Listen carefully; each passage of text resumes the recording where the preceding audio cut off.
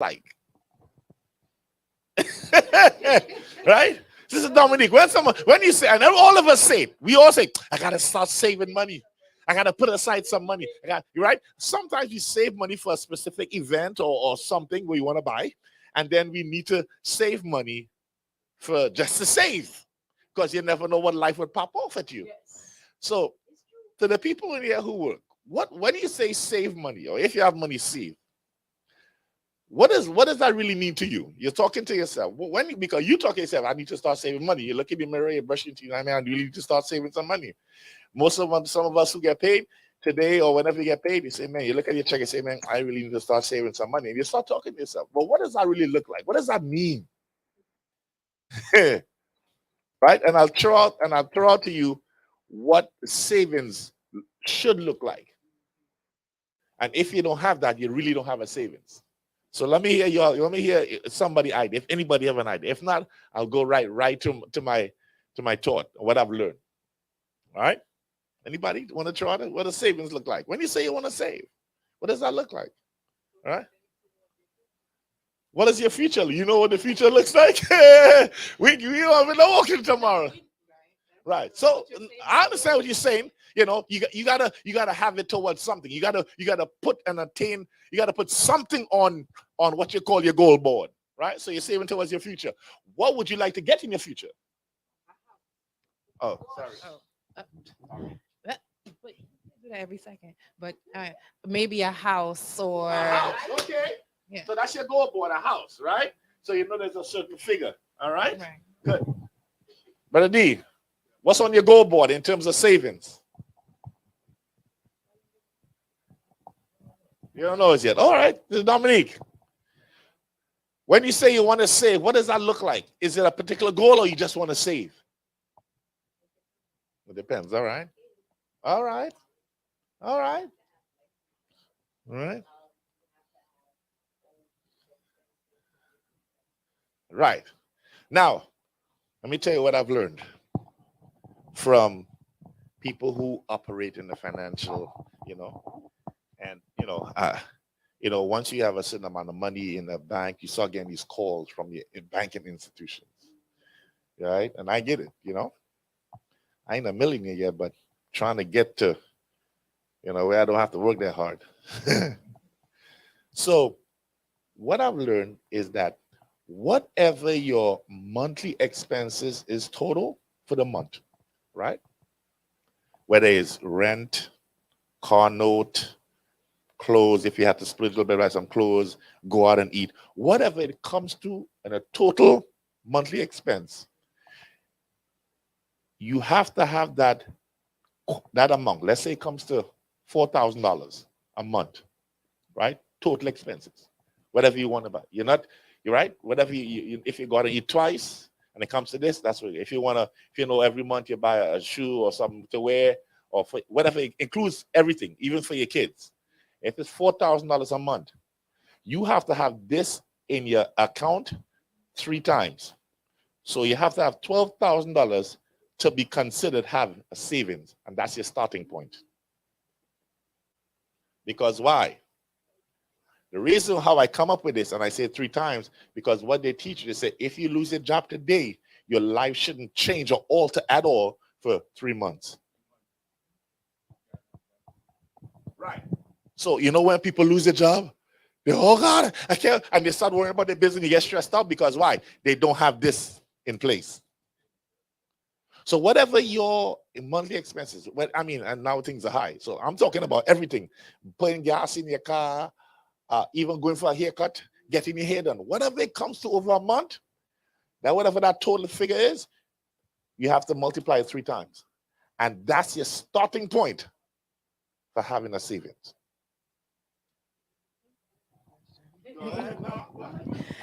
So my question would be, how do you get to the save? Like, okay, let's say there's certain people that you have a job. Well, New York is a little different. For me, that's what I think. It's very different. And some people don't get a certain amount every month. You understand what I'm saying? So sometimes it's harder for someone else to start saving money. So how can they get to the saving if that's all they're making? Okay, good question. Right? So one of the things you have to do, there's a couple ways that you could do it, right? In order to get to this amount, you have to put in place the word that most people don't do. No? A budget. Most people who do not manage their money well don't use this. Every business or the job that each of us is on, that company has a. So why you think this don't apply to you personally? If the company you're working for that's giving you a paycheck is being profitable based on this and able to sustain you and pay you every week, because why? There's a budget for labor. There's a budget that they use to pay their utilities. There's a budget. We have to use this, not just in business, but in your personal life.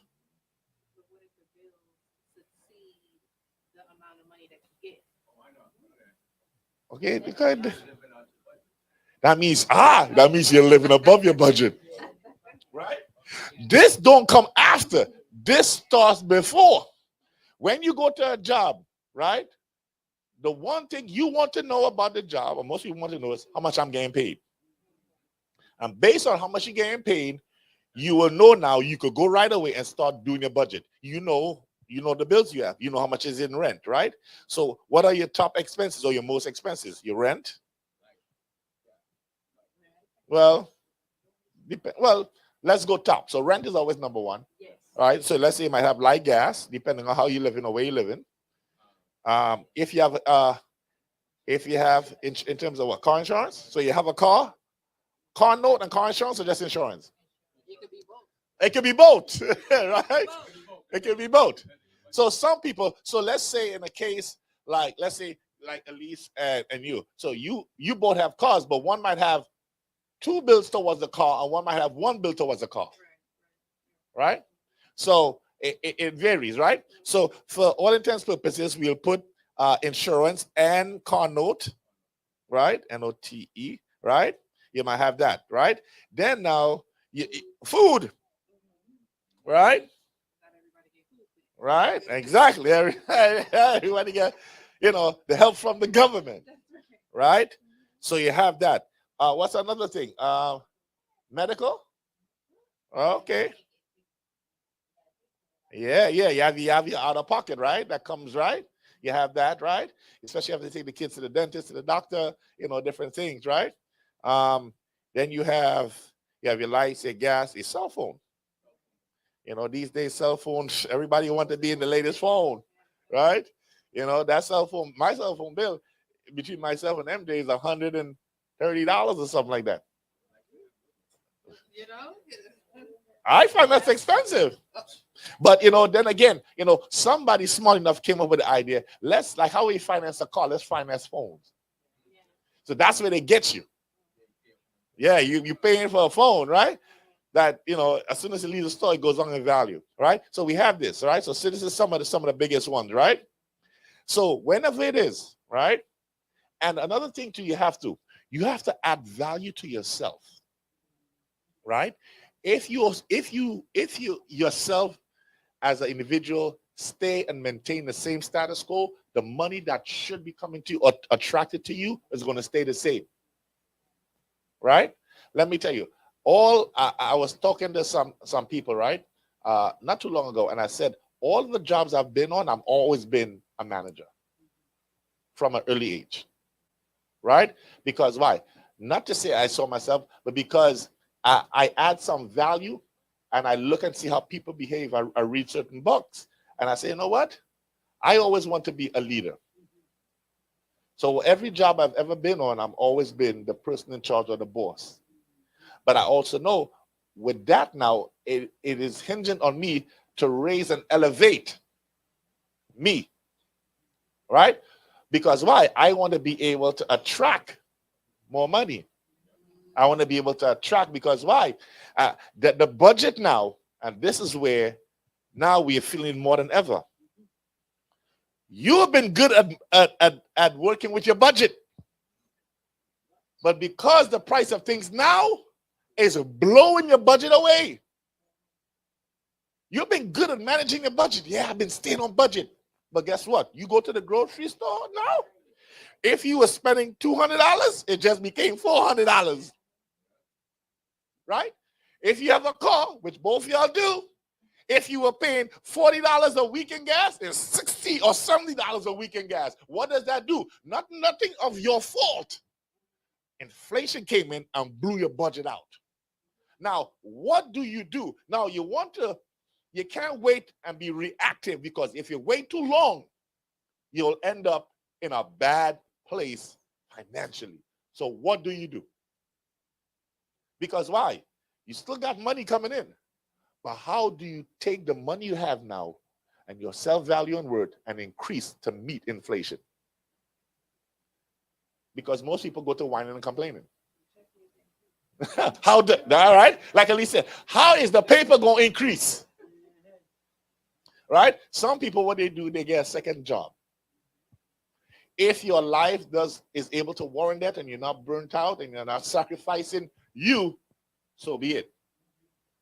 Another thing too, you could sit down and say, what I have within my hands, my thinking, my whatever it is, that I could use to help attract money.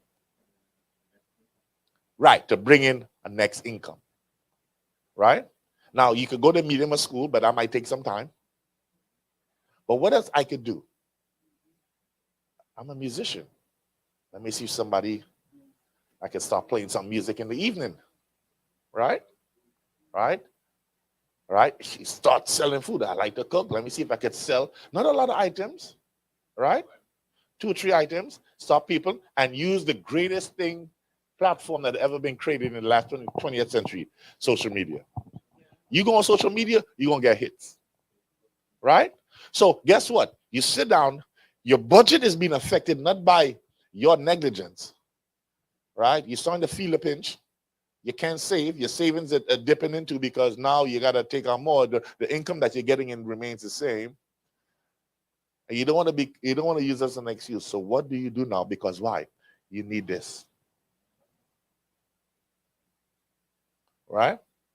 And the thing is now, when you get more money, where is it going?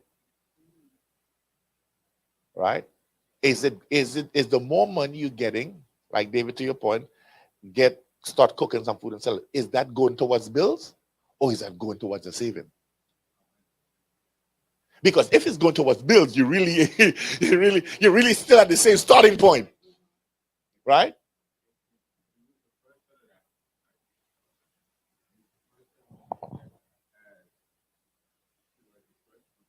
Okay. All right. So you're going there now. All right. So you give God his due so God could open. All right. All right. Okay. Right.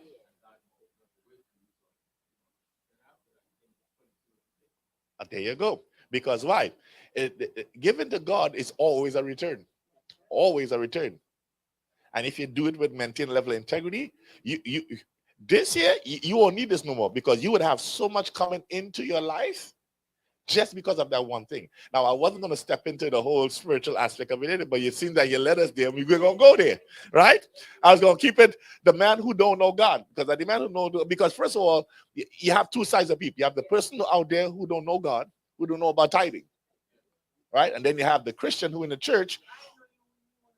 No, no, we're going to go there. But I'm just saying that we have the Christian who, when you look at some of the Christian people life, they have the same exact struggle as the man who don't go to church. Why? Because why? There is a tithing piece, as you brought up, right? Right? And for some Christians, because of their fixed income or fixed budget and how things are expensive, they ain't paying their tithes fully anymore. Yeah, because why? Everything else that they need to feed this flesh is costing them more. I ain't say everybody. I said some people are. Right? So, yeah, we all want this. Our parents didn't do a good job teaching us about this. We did not, for most of us, didn't get a head start in life, Sister Dominique. So we didn't when your mother left this for you, a little trust fund money. We didn't get that. Right? We didn't get, well, your uncle died. He had this in his will for you. We didn't get that. You know? Right? Right? That's in church, right? So we didn't get a head start like some cultures and some people do with their kids. There you go. Right? They get their bar mitzvah and the bat mitzvah when they get all what they know, right? They get a head start in life, right? It's up to them to use that now. You know, them Arab kids, the father have a corner bodega store, and from an early age, they're learning, they're ringing up on the register. What do you think you're doing, right? He's teaching them, he's learning about money, right? We didn't necessarily always get that. We were too busy playing, doing Lego and all this other craziness, while these guys is learning about money. Now, we caught on late. We caught on late. We went to school, we got the education. Even in school, they don't teach you much about money. They don't teach you much about saving, right? Because that's something that the school says you as a parent have to teach your children about. We'll teach them how to multiply, but you got to teach them money. And what does money look like, right? And and also the greater thing, with especially if you're a Christian, you got to teach them how to tithe. Right?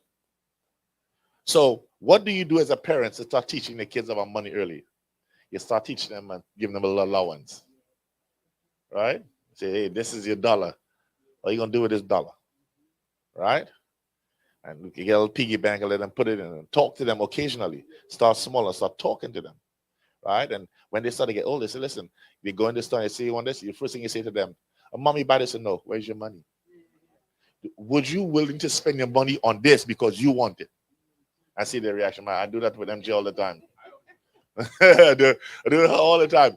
Yo, you want that? Where your money? She is home. Okay, when they go home, I'm gonna buy you. Can give me back the money, and she does sometimes. Sometimes, not all the time. Not all the time, right? Right? Because I'm teaching her about money, right? Teaching her about tithing, right? You gotta have your money for church to give God. Right? You gotta have that. That's the first and foremost, right? But in so doing, I'm teaching her. Like the other day, she came. She's like, "Dad, is a quarter 25 cents?" I say, "Yes." I said, "Is a dime 10 cents?" I say, "Yes." Is a nickel 5 cents? I say, "Yes." And then she said, "What's a 1 cent?" I say, "It's a penny." Right? So she's learning the denominations and the value of what it is and the breakdown. Right? Why? That's how it starts. We got to be able to teach them, because why? We have this statement that we use. I don't want my kids to go through the same thing that I go through. What's the one thing you as a parent don't want your kid to go through that you went through? That you can control? Money. You can't control sickness. You can't control relationship, break a broken heart. You can't control that because they're going to do what they want to do. But one thing you can control.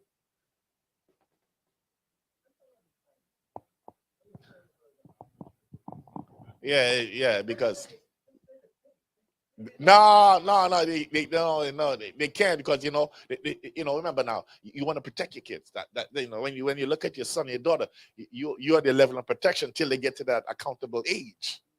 So you're trying to spare them the pain, because you know what that pain feel like. You know what that hurt felt like. You know what it did to you emotionally. So you're trying the best to spare them from that. But it's really hard as a parent to spare them from certain things.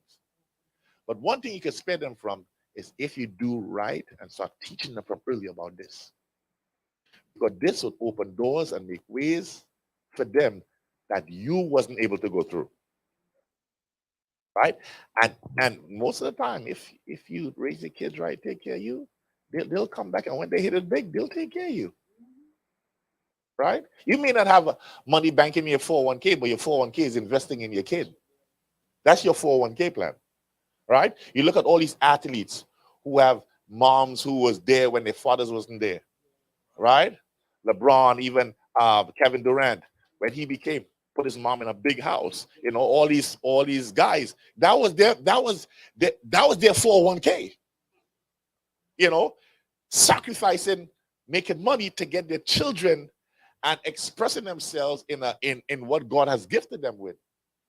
So guess what? I was working on a job just to meet bills, because why?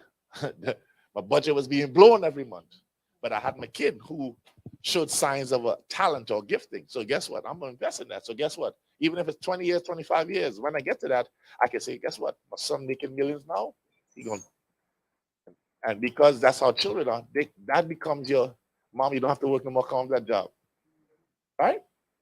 So you have it that way. So it's an investment. It's a financial investment into your kid's life. Not everybody sees that, right? Some people say, you know what? I just got to work hard, and just raise these kids and then send them out on their own. No, that sometimes working hard may not give you the kind of financial fluidity you're looking for in your life. But if you take the time and invest in it, and you'll know from early where your children gonna go, you're gonna see the abilities and the talents. That's your 401k plan. So what do?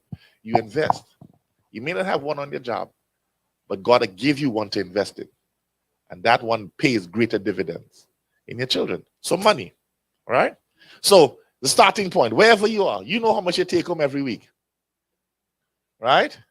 So go home, sit down and really put together a budget and create a starting point. Work towards it, right?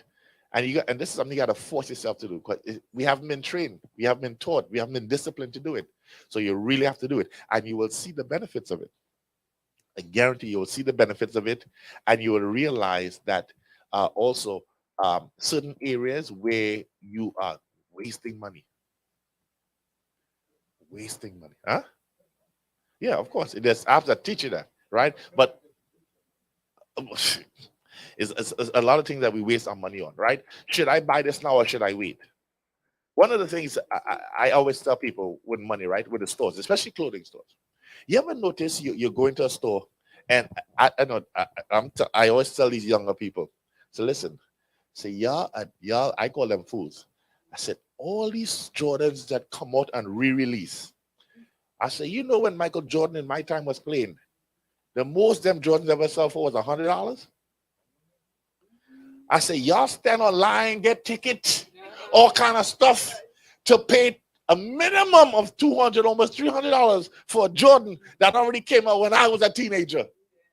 I think you think me at my age will go and buy a Jordan that I had? All they did is change the color, right? And add more bright colors. And you paying $300 for a retro Jordans, right? Because everything is retro. Jordan number 1, Jordans 2. Listen, all this came out when he was playing when I was a teenager in high school. And we never had to wait. You go in the store, yeah, I want that Jordan. You get him on the $100. He's your size, you're good to go. So you see what happens, right? So, I'm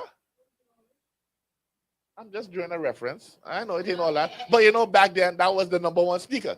Because Jordan was active. He was an active player. Everybody want Jordans, right? Ain't nobody want no Scottie Pippins. No, right?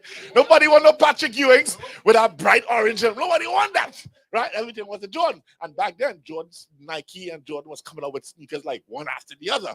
Everybody was having one line of sneakers. Now it was Jordans. Every other 2-3 months, there's a new Jordans coming out. People get excited, right? Again, things change, right? You have kids, you got to buy them sneakers. Them sneakers ain't cheap like when you were young, right?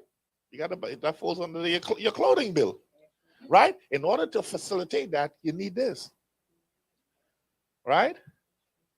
I know when I was growing up, if I wanted a Jordans, my parents told me I had to go work for it. You know what? I think people fall short. I don't want to bring race into it. No, you ain't got to bring race. Oh, okay. Is AJ and I was speaking about like different races, and I didn't want to actually bring it up, but we could talk about it a little bit. I honestly feel like Black people, sorry to say, I love my Black people, but I honestly feel like Black people, we do silly stuff with our money. Like the fact that we have to go get the latest shoes, or like, get the hair and the nails and the this. I mean, we do a lot of silly stuff with our money, as opposed to like maybe a Jew or a white person who buys like New Balance on their feet, or like, regular clothes, and they still, they have money though. because we feel as though we need to let the world know that we have money, right? Let me give it, and y'all can probably relate to this. You know, one of the things that I look at, and I look at the young people and you learn a lot. Just look at them and you learn a lot. You know, they do crazy stuff, but it's also a learning in what they do. I look at especially the young girls. I remember back in the days, everybody had a Jan Sport or backpack. When did we get to a place that these young girls are coming to school with a Coach pocketbook? Their course, Tory Burch and Dooney and Burke. I said, when did we get to that place that a $600, $700 pocketbook is coming with school books to school? I know that's what it is now, but I'm showing you. You see what the problem is? You go into a place to get higher learning. You ain't start to get your feet yet, but the way you come into school says, when you look at all what you have on almost $3,000 worth to go to school and don't have a job. So you know who that fall on? Your parents. And you blowing up your parents' budget because why? Your parents ain't going to tell you, girl, you ain't getting no $500 pocketbook. Or they might have saved their money, but then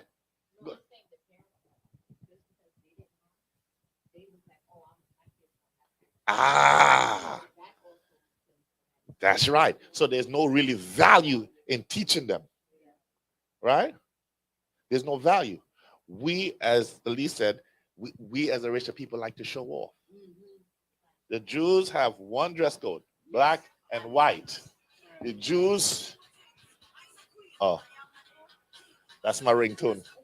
Drink water and mind your business. That's the lady for the wedding. Anyhow, it's right. She'll wait a little bit. Right? So these Jews, black and white, they ain't driving no big fancy car, but they got money. They own stuff. Sometimes, some of them. They have the money to afford the fancy car.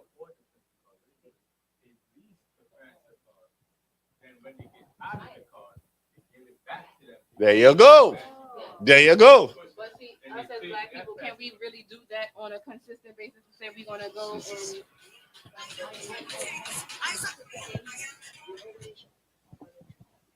Yeah, they do.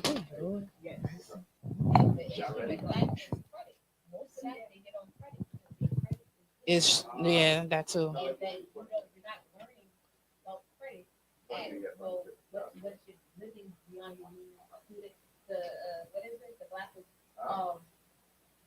Go to college, you can have an amazing job. Not realizing that college and loan and all that school debt is gotta pay back. Right. And you're paying back on both on principal and interest.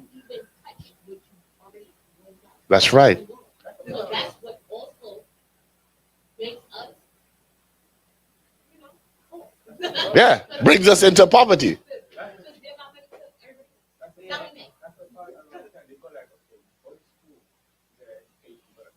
Mm-hmm. Mm-hmm. Mm-hmm. Of course. Yeah. To it, right. Right? Yeah, because as soon as you graduate, you start to get a bill for that loan, for that school loan. Right. There you go. There you go. So you see what happens now. So that's why we got to start early to start teaching how to save.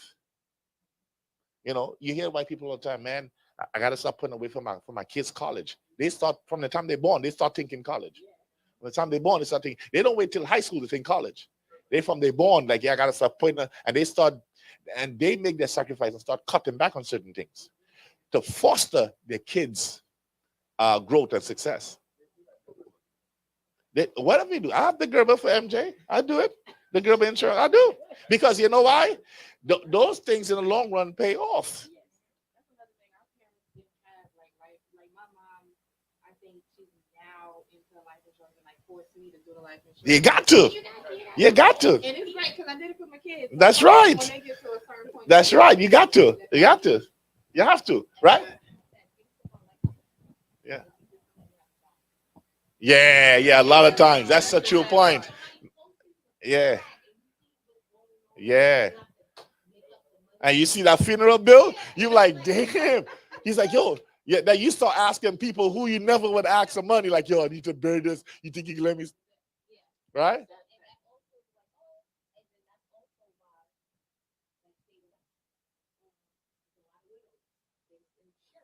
Yep. From their dead husband, right? Investment. That's right. I don't know why we don't have that. It's, you know what it is? It's not even smarter. It's that they had the right people around them that gave them advice. Right, right. This is what you need to put in place. And guess what they do? Even though they may not have it, they sacrifice to even get their foot in the door. So you know what? This will pay off. You can't wait till like Murphy's laws. Whatever could go wrong will go wrong. You can't wait till that hit your door. You gotta at least get your foot in the door and have it in place just in case something happens. But it all comes down to this: the money. All of the things we want, right? All the things that is essential to you requires this. But some of the things, until the rubber hits the road, you don't realize, man, I really didn't have the wisdom enough of this. Right? Missed out investments, missed out opportunities, right? Because of this. Now, there are, all of us, or most people, have a certain level of money that comes through your life. But the people who able to multiply and grow this are the people who are good money managers. Being able to manage your money. First of all, be able to set. The first thing anybody should ask you or talk to anybody, you have a budget? From the time they say no, they ain't managing their money well. Right? They just going based on it. They live in what is called paycheck to paycheck. Right? There's a new category of people that was added within the last 10 years. It's called working poor. They have a job they're working, but they're poor. Because everything they get is going straight into bills.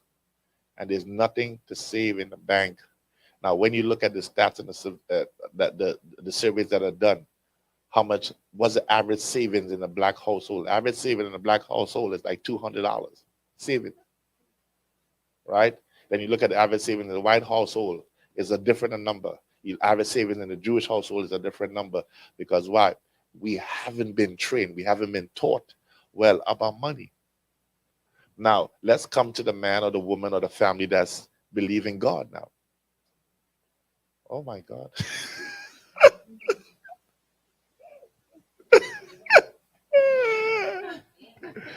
Daniel, you okay?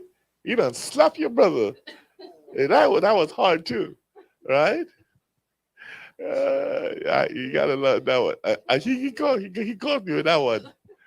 You had like it brought back a flashback of Chris Rock and Will Smith. Yo, I tell you, look how he moving. Look how God is good, amen. Look at that. I tell you. So one of the things we have to get to is the Christian man now. Christian man, the first thing on his budget should always be his tithe. Because you want the favor of God, not just to come back in your life financially, but you want to come back in other areas. And that's the difference between us and people in the world. When you invest money in anything, all you get back is money. When you invest in God financially, you don't just get back money. You get back health, you get back favor, you get back open doors. So as a Christian now, if you get back all of that in return, right? That's the first thing on your budget, your tithing offering. Because why? Example, right? Your son. You're a tither, you and your wife tithe. Even though your son is sick, you had no knowledge of it. God gave you favor. Right? A situation that could have been far worse. As you can see, the evidence of it is showing and still here. So what God does, yeah, he give you back money, but he didn't just give you back money. He give you back healing your son the ability to still have him here and be alive and grace over his life. So as a Christian now, that's the first thing on your budget. And you're not wavering from that, right? One of the things they don't tell you in churches too, 10% is the starting point. If you give into God, your life should increase financially because of what God is giving back. And if you're faithful to it, God sees your faithfulness and he begins to bless you now, right? And you get what is called people pouring into you, right? So you go into, where was I? I went into a store recently to buy something. And it was a young lady, you know, she looked at me, she probably see all the beard, and she made a comment. She's like, oh, I love your beard. Right? She, you know, she started to flirt. I said, okay, you want to flirt? Go ahead. I need to buy something. You want to flirt? You see the beard? Oh, fine, you know. I ain't saying nothing. She just, oh, she said, what you buying? I just want to buy this thing here. You know what she did? She paid for it for me. She thought she would get a phone number. I just said, thank you. You know, but guess what? What did God do? The money I was going to put out, and it was, I think I was going to spend like about $20, right? She bought it, right? But in between, she know, she said, oh, I like your beard. Okay, you want to go ahead? Go ahead. That's why I got it, you know? But guess what? What do? I said, thank you, Lord, right? Lady don't know me from, but guess what? God just put $20 back into my pocket. What do I do as a Christian? God, I'm a tithe on that 20. Because why? A total stranger, whatever his or her intentions are, bless me with something. When I come to worship, God, thank you. I'll remember my tithes. Here's my 10%. Right? So as a Christian now, that's the first thing on your budget. And you can't waver. Because why? What God is giving you back in return is far more than what you're giving him. Right? And then everything else fills in. Your rent, your whatever it is. And guess what? God knows because you're tithing, he might just cause at certain intervals in your life for people to bless you. So you pull up at the gas station and somebody put gas and fill you up and you had to spend money. Right? Right? Or you go to the store and you walk in the store and you find money on the ground and nobody, you look around and do like what the black people do. And you step on it and you're gone. Right? You know, we can't make it obvious. You know? And we do that. What did God do? Because guess what? The money you were about to spend, he had it there for you. He had it there all set aside for you. So guess what? God gives you a lot in return. But we have to know how to treat and act and behave with this. We can't become negligent. Right? We can't be like the Jeffersons and want to be with everybody because they buy that. Right? Because you don't know what they did to get that. Right? And that's the problem. You know, we see and they target us. They target certain things in terms of putting certain things in certain stores in certain communities. Right? If you notice in most white people communities, they go to malls. Right? We don't have much malls. We have a little King's Plaza there, and occasionally we just go and act foolish. Right? Right? Right, Gateway, right? Again, if you notice in the malls in our community is certain particular stores that keep coming. You see how much targets they put in now? Right? Right? These white people go to Walmart. They go to Sam's Club. Right? We don't got no Sam's Club, you know. They go to the Costco's. Right? Right? When they go in there, right, they spend a certain amount. Now, the point I wanted thinking before we close out is, have you ever noticed, right?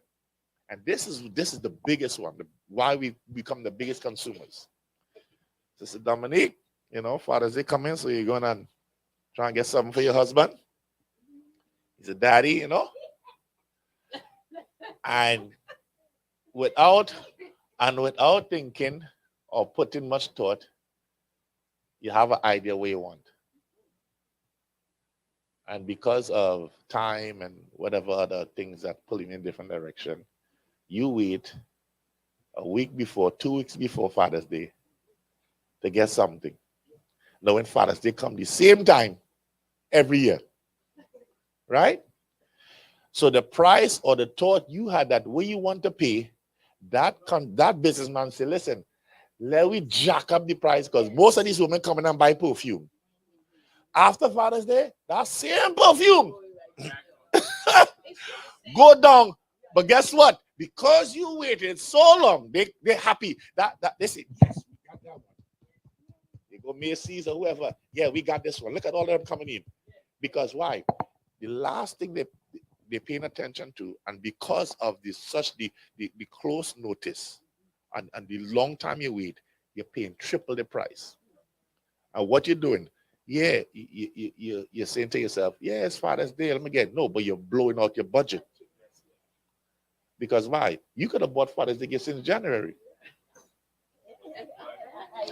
You already know on the calendar when it's coming, right? You could have bought Mother's Day since December or after Christmas, after New Year's. Because why? You know where you want to get the woman, you know what I mean? You know, you have an idea. Don't wait till the week of Mother's Day or 2 weeks before Mother's Day when everything already gone up and you paying triple and blowing your credit card out.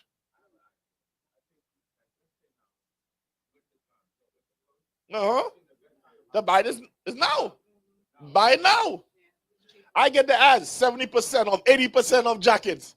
Buy it now. You ain't gonna gain much weight. Put it aside. Put some plastic on it. Right? Right? Put some plastic tight, and keep it there. You leave the tag on it. So when you take it out, you feel like you got a brand new jacket, which is a brand new jacket because your tag's still on it, Right?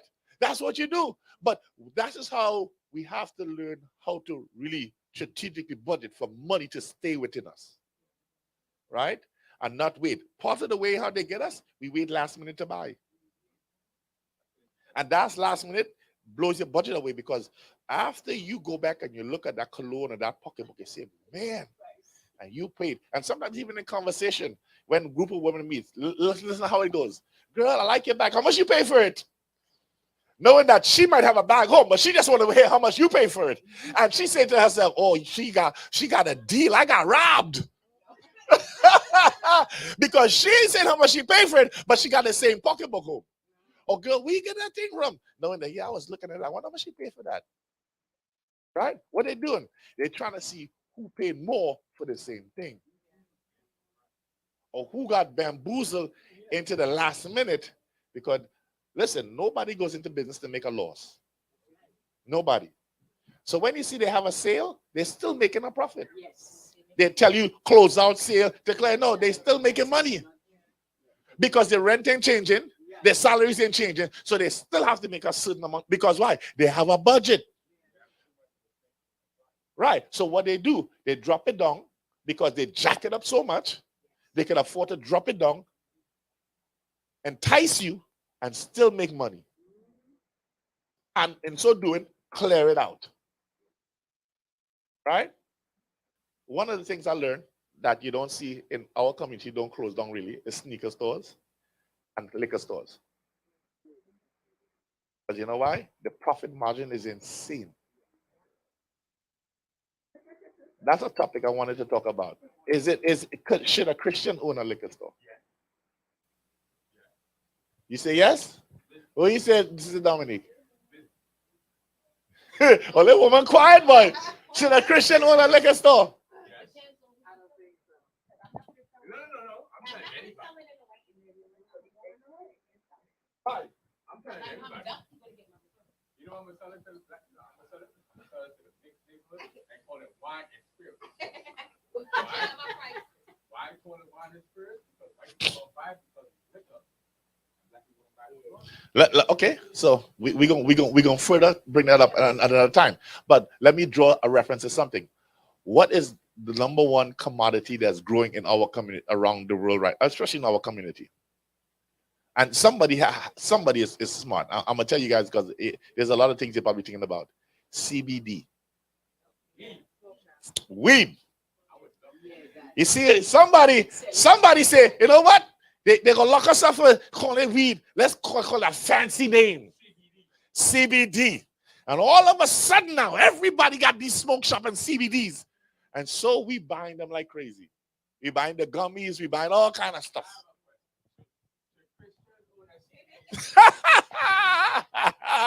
Hey, David, you see, you're pushing me right now. Should, well, yeah, listen, you know, I know you probably saying it's a business, but at the end of the day, you have to figure out what is your heart. Is your heart gonna feel right? Is your conscience gonna feel right knowing you're selling weed? No, now you think now you have more question. Now you're turning it around. Okay, so what's the question now? I think if it's for a doctor, it's something would help like weed. Yeah, that's the fancy term now. Yeah. Well, I think some doctors they have proven that it helps arthritis. Yeah, if it is fine, but right. So don't. There's certain things they have proven that it helps, right? But outside that, if you're gonna do it and get high and you know, it's just like drinking. I put in the category as drinking or smoking and stuff, right? That the Bible says that your body is the temple of the living God, right? When you think about what God has called this body that we in, you don't want to violate your body. You don't want to destroy your body, right? And those things, even though it gives you a nice sensation, you know, anybody lie, you take weed for the first time, it gives you a nice, yeah. Yeah, it's acting like a cracky. You're standing with your back. You're feeling nice, right? Or you take, or you drink, or you didn't realize you can handle alcohol, and you start to drink. Yeah, and you're bobbing and weaving like you're in somebody's boxing ring, and you start talking to yourself. Yeah, and you're trying to mind everybody's conversation, and you're saying the wrong thing. Yeah, hey, yo, what you was talking about? And you get quiet. Oh yeah, I remember that. And you're not in nobody conversation but yourself, right? Why? It makes you feel good. But is it making the body and your spiritual mind in pleasing with God? Now, God, the Bible, let's talk about, you take a strong drink for the body's sake. But you have to know where in which you're taking that drink. You don't go public and start, like, people who know my pastor, if they go to a bar, right, and they see me chugging, they're going to say, before they're going to say, no, they ain't saying that. They ain't saying that. That was old school. New school, you're taking out your phone. I'm going to record. And they're streaming live. Look at the pastor drinking. You see, we old school would say they're going to talk to themselves. New school says take out your phone and start streaming live so they know you ain't lying. Right? Right? That's your, as they call it, that's your receipt. Right? New school says take out your phone and pretend you're an Instagram stream and and while you're streaming, you're talking. Here live in this bar in Manhattan, and there's a pastor. He's a pastor. I know there's a pastor, my friend pastor. Look how he chugging Hennessy and Ciroc. Right? And all of a sudden, a person who don't know you, all of a sudden send you to the world in a negative way. They don't know you, All they know that, there's my friend pastor. And she just sent your one moment that should be just for you because you don't know what you're going through to the whole world in a whole negative way. Right? So it are certain things we can talk about. I can make a list. Should a Christian this? I actually have a list somewhere. Should a Christian do this? Should a Christian own a liquor store? You think? You realize the ladies and they ain't say nothing. They ain't say nothing. Because right, in their mind, I don't know about that. Right? Right? But at the end of the day, even though your intent is business and money, is that the way God has instructed you to make this? Yes. You in this liquor store, like you want to do a liquor store, David. You really want a liquor store? Dominic, your husband wants a liquor store, You really want a liquor store? You sticking on that? Yes.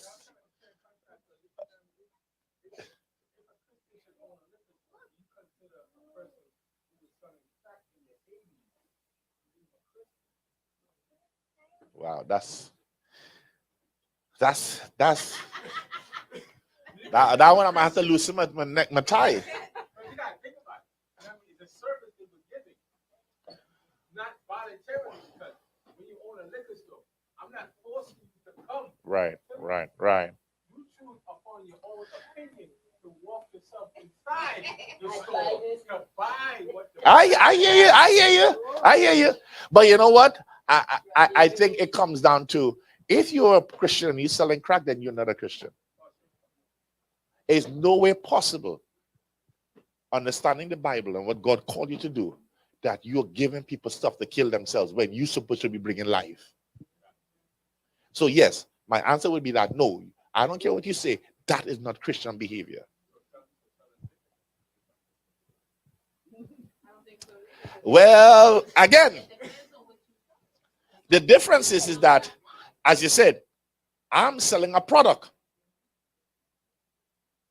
I'm not selling weed. I'm giving you stuff that's killing you.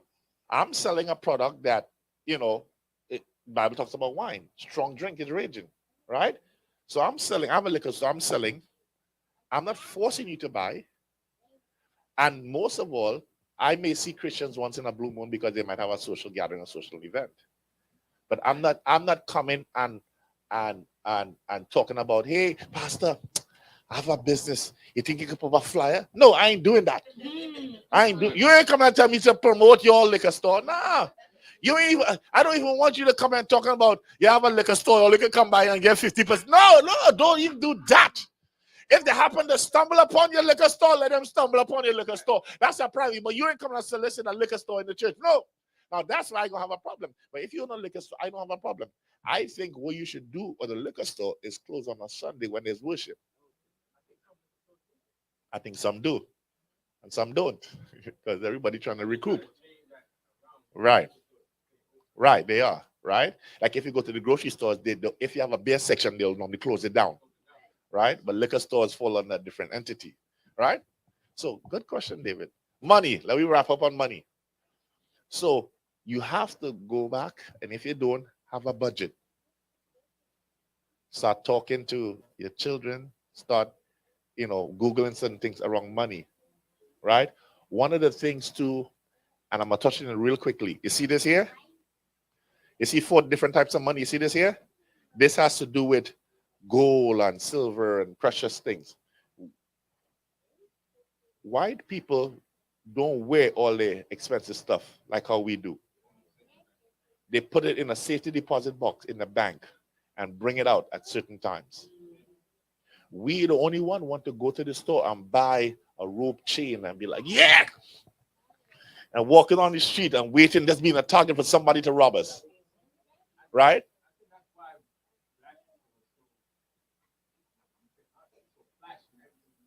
Yeah, because we want to show the world that we have a little money, and we really don't. Because why? A person can have a $1,000 chain and have no money saved in the bank, or don't even have a job, right?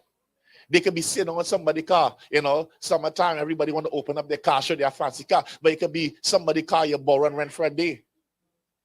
And it ain't really yours. And all of a sudden now, a young lady see you and she think, oh, you have a nice car. No, it ain't his. Right? You better come back and return that rental. Right? Right, I saw it. I love that movie. Exactly. Yeah, and she wasn't the problem. She loved her husband and she wanted to get him something nice. But that one jacket cost him his life, everything. That one jacket she bought him just to show appreciation cost him everything. Because now he put a bullet on his back. I was like, oh, who is this guy? Yeah, right. Exactly. Right? Again, money. How you use it, how you utilize it. You don't have to show the world and prove nothing to the world. But what you do, you use your God-given ability to attain as much as you can so you can pass it on to your kids. Now, the last thing I'm going to say, this is what the Bible says. And this is mostly for the men. This is what the Bible says. The Bible says, David, that a good man leaves an inheritance for his children's children. So if the question I come back to, if you want to have a goal or what money looks like, that should be one of your driving force. That you're not just leaving money for 1, 2, 3, 4, but their children. And you can work all the 9 to 5s till you get to 70. All that money ain't gonna be enough to live for all of them. So what do? You need God now to drop an idea or a thought or give you a favor. Because why? You say to God, God, you say a good man leaves an inheritance for his children. Look what it says. He didn't say leave money, leave an inheritance. That's the difference. Something that they could pass on and never dwindles, right? Every Christian man in the church or family, that should be on his goal board. Leave something for you, not just your children. And the reason why you don't leave for your children, because your children are living already in the money. Right? So think about money. We're going to talk about it again. We're going to talk about your questions, right? But think about your money, right? Think about, you might say, I'm working for a little bit of money. No, you're not working for a little bit of money. You just need to put a budget in place so you know where your money is really going, right? Is it better to buy a monthly Metro card or a weekly Metro card? Right? It might be more, but it might be more. In the long run, you might be saving. Right? So you have to really put a budget and sit down. And if you don't know, seek advice. And there's things that can help you. But if you don't have a budget in place, you really hasn't begun start towards saving and doing and enjoying life from a financial perspective. Amen? Any other questions? I'll turn it back over to Elise and she'll close it out, okay? All right, guys. I hope everyone has enjoyed our segment on money. And tune in every other Friday with me and your hosts. AJ is live, which again, he is not here, but he will be back the next time.